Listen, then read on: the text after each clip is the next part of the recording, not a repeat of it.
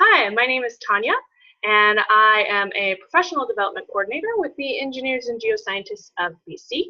And I have been running webinars and organizing and moderating them for about 7 years.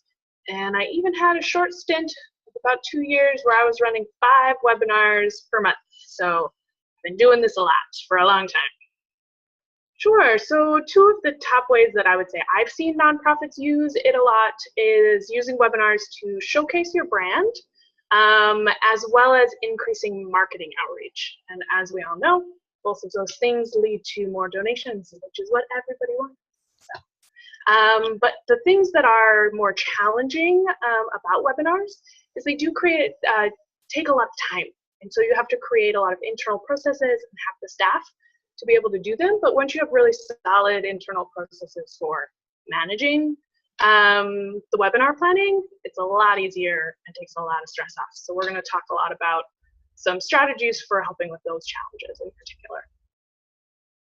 Yeah, so probably the most important key is really to strategize and think about the way your organization is going to use the webinars, because knowing your tactics and knowing what you want to achieve will really guide and make the decision process a lot smoother for what platform you choose.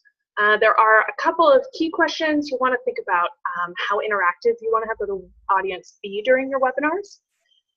You'll want to think about how many attendees you think you'll be able to attain, because that affects price. And then that also leads right into the biggest consideration, which is budget. What can you afford? And there are options for most levels, just depending on what you're going to do with it. Yeah, this really ties back into as well the whole idea of strategizing and really putting a lot of effort into thinking about how you're going to use webinars. But some key things to think about is, do you want to do like an ongoing series of webinars that are topical, or maybe more one-offs every now and then?